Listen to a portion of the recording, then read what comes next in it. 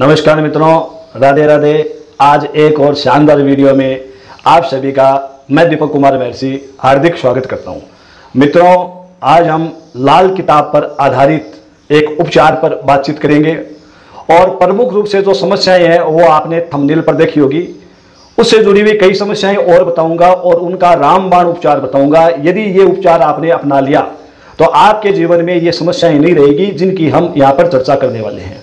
मित्रों, आप लोगों ने अपने समाज में देखा होगा कि लड़का बड़ा ही योग्य है, गुणवान है, पढ़ा लिखा है, परिवार भी संपन्न है, फिर भी लड़के की शादी नहीं हो रही।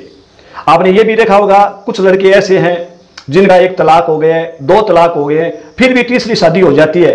और हमारे यहाँ एक लड़का है, सुशील है, सुंदर है, उसकी एक ही शादी नहीं हो रही। इसका क्या कारण है? हमारी बहन बेटियां बड़ी योग्य होती है, घर का कामकाज भी जानती है, पढ़ी लिखी भी होती है, फिर भी बृहस्पति के उपचार करते करते उनकी उम्र 30 वर्ष हो जाती है।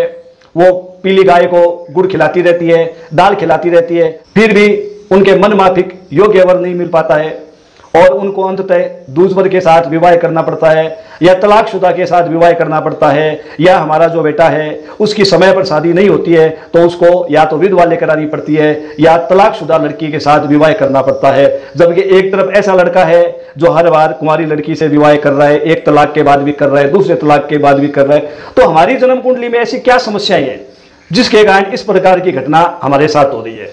हमारी ऐसी बेटियां भी हो सकती है जो बहुत ज्यादा योग्य है और उनकी शादी हो गई है, विवाह हो गया है, लेकिन वो ससुराल में एडजस्ट नहीं हो पा रही है। ससुराल वालों के घर में, परिवार में कोई कमी नहीं है, हमारे घर परिवार में भी कोई कमी नहीं है। लड़की पढ़ी लिखी है, सुशील है, समझदार है, फिर भी वो ससुराल में एडजस्ट नहीं हो पा रही है। ससुराल वाले कहते हैं कि वो गुस्सा करती है, बहुत ज्यादा लड़ाई झगड़ा करती है।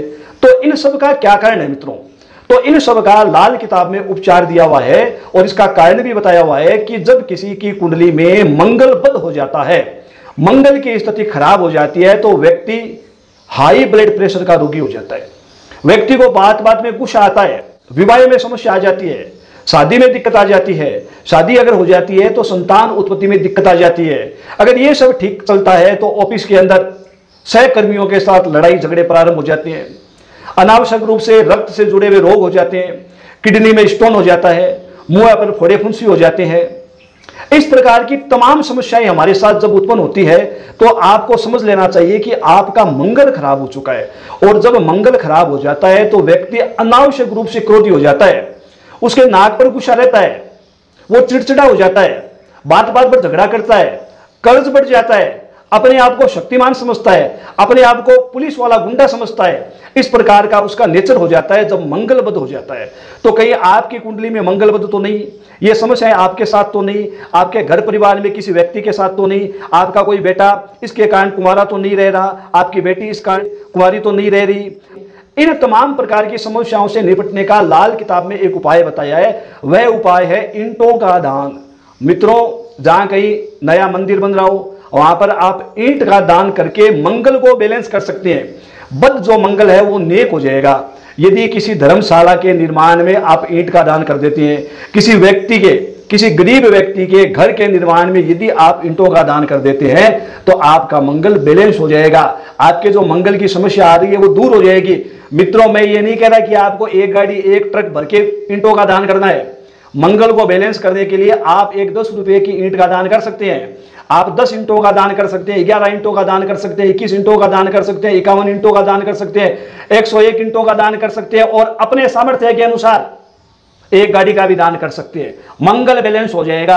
और जैसे ही मंगल बैलेंस हो जाएगा, आपकी शादी विवाह में जो रुकावट चल रही है, संतान पैदा में जो रुकावट चल रही है, आपकी बेटी जो ससुराल में एडजस्ट नहीं हो पा रही, आपकी बहू जो आपके घर में एडजस्ट नहीं हो पा रही, आपके जो ब्लड से संबंधित जो रोग चल रहे हैं, उन सब का निदान हो जाएगा। ये 100% आजमाया हुआ अचूक नुस्खा है। लाल किताब पढ़कर देख लीजिए, उसमें ये उपचार दिया हुआ है। हजारों लोगों ने ये उपचार अपनाया है। आप भी अपनाकर अपने आप को मंगल दोष से मुक्त कर सकते हैं। वैसे यदि आपके बेटे की कुंडली, यदि आपकी बेटी की कुंडली मांगलिक है तो मांगलिक दोष मुक्त होने के लिए आप ईंटों का दान कर सकते हैं।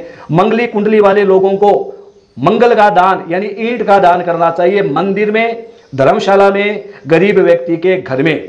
मित्रों, एक विनम्र निवेदन, यदि आप इस चैनल पर पहली बार आए हैं, अभी तक आपने चैनल को सब्सक्राइब नहीं किया है तो चैनल को सब्सक्राइब कर लीजिए, वीडियो को लाइक कर दीजिए, ज़्यादा से ज़्यादा अपने मित्रों को शेयर कर दीजिए।